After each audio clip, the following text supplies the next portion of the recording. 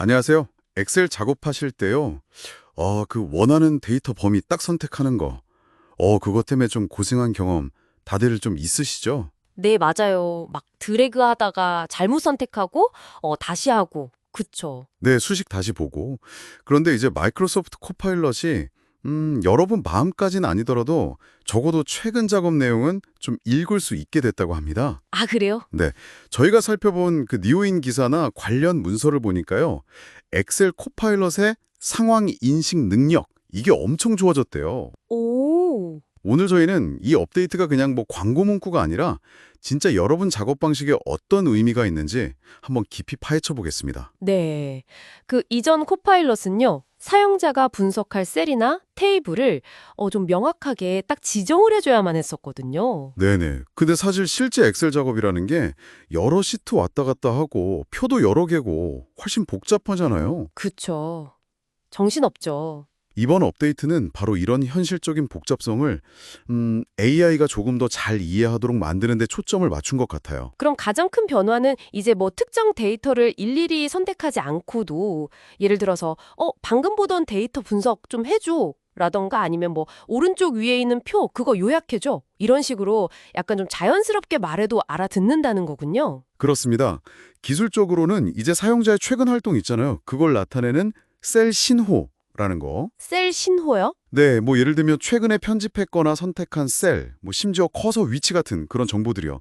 그거랑 사용자가 채팅창에 입력한 채팅 기록을 같이 약간 좀 종합적으로 분석해서 맥락을 파악한다고 해요. 아하. 물론 뭐 방금 보던이라던가 오른쪽 위 같이 좀 애매한 표현을 AI가 얼마나 정확히 알아들을지는 이건 계속 좀 지켜봐야 할 부분이긴 합니다. 네, 그렇죠.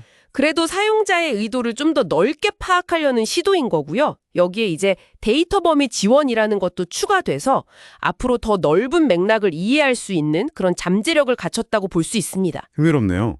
근데 방금 말씀하신 그 셀 신호랑 채팅 기록을 합친다는 게요. 혹시 그 사용자 프라이버시 쪽으로는 좀 걱정되는 점은 없을까요? 아, 네. 이게 뭐랄까 마이크로소프트가 특정 셀 작업이랑 연관된 채팅 내용까지 너무 자세히 들여다보는 건 아닌가 뭐 이런 생각도 드는데요. 네, 아주 좋은 지적이십니다. 아무래도 마이크로소프트는 일반적으로는 그 프라이버시 규정을 잘 지키면서 데이터를 처리한다고 밝히고는 있거든요. 네. 하지만 AI가 점점 더 많은 컨텍스트를 활용하게 되면서 이 데이터 처리 방식이나 범위에 대한 투명성은 앞으로도 계속 중요하게 요구될 부분인 것 같습니다. 그렇죠. 사용자가 자기 데이터가 어떻게 쓰이는지 명확히 알고 또 제어할 수 있어야겠죠. 맞습니다. AI가 똑똑하게 추측하는 건 좋은데, 근데 그 추측이 맞는지 사용자가 확인할 방법도 당연히 필요하잖아요. 이 부분에 대한 개선도 있었다고요? 네.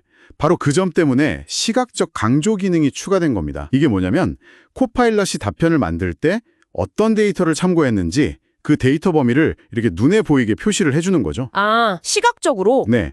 그럼 여러분은 그걸 딱 보고 AI가 혹시 엉뚱한 데이터를 분석한 건 아닌지 바로 알 수 있고요. 필요하다면 직접 범위를 수정해서 더 정확한 결과를 얻을 수도 있습니다. 편리하겠네요? 네, AI의 작업 과정을 좀 투명하게 보여줘서 사용자가 그냥 막 믿는 게 아니라 검증하면서 쓸 수 있도록 돕는 거죠. 신뢰도를 높이기 위한 아주 중요한 장치라고 생각합니다. 이 똑똑해진 기능들, 근데 특정 버전 이상에서만 쓸 수 있는 거죠? 네, 맞습니다. 웹 버전하고 특정 데스크톱 버전 사용자부터 순차적으로 적용되고 있어요. 그 스마트 상황 인식 기능은 윈도우는 버전 205, 맥은 16.95 이상이어야 하고요. 네? 시각적 강조 기능은 윈도우 2055, 맥은 16.96 이상 버전이 필요합니다. 그리고 빌드 번호도 좀 다른데요. 그건 이제 소프트웨어 업데이트 세부 단계라고 보시면 될 것 같아요. 아, 그렇군요. 그리고 마이크로소프트가 코파일럿 답변 아래에 좋아요, 싫어요, 피드백 받는 거 있잖아요. 네네. 그걸 되게 중요하게 생각하더라고요. 그러니까 사용하시면서 의견을 좀 적극적으로 전달해 주시면 기능 개선에 도움이 많이 될 겁니다. 알겠습니다. 그래서 결론적으로 보면요. 이 모든 변화가 저희 같은 사용자들한테 주는 가장 큰 의미는 뭘까요? 시간을 절약해주는 것 이상일 것 같은데요. 네, 맞아요. 단순히 뭐 시간 절약 이걸 넘어서요. 이건 복잡한 스프레드시트 작업을 훨씬 더 뭐랄까 직관적으로 만들 잠재력이 아주 큽니다. 직관적이요? 네, 특히 그 탐색적 데이터 분석이라고 하죠. 약간 이것저것 데이터를 살펴보는 거요.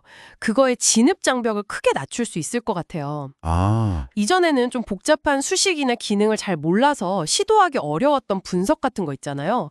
이제는 그냥 자연어 질문으로 말로 쉽게 접근할 수 있게 되는 거죠. 예를 들면 어떤 질문일까요? 이 변수를 이렇게 바꾸면 전체 예산에 어떤 영향이 있을까 같은 질문이요.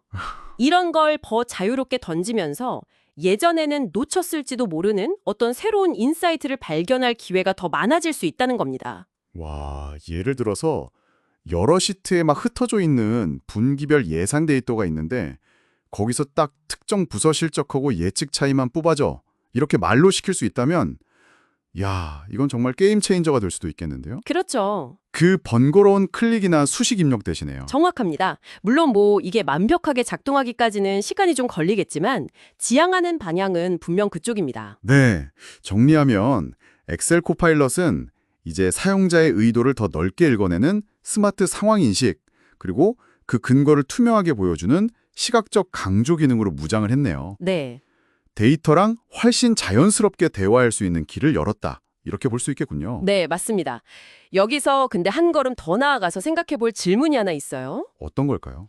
이렇게 AI가 엑셀 같은 도구에 깊숙이 통합되면서 단순히 데이터를 분석하는 방식만 바뀌는 게 아니라요. 우리가 데이터에게 던지는 질문의 본질 자체가 어떻게 달라질까 하는 점입니다. 아, 질문 자체요? 네. AI가 더 복잡한 맥락이나 숨겨진 패턴 같은 걸 이해하게 되면서 어쩌면 우리는 예전에는 상상도 못했던 완전히 새로운 종류의 질문을 데이터에게 던지게 될지도 모른다는 거죠. 앞으로 계속 주목해 볼 만한 아주 흥미로운 지점이라고 생각합니다.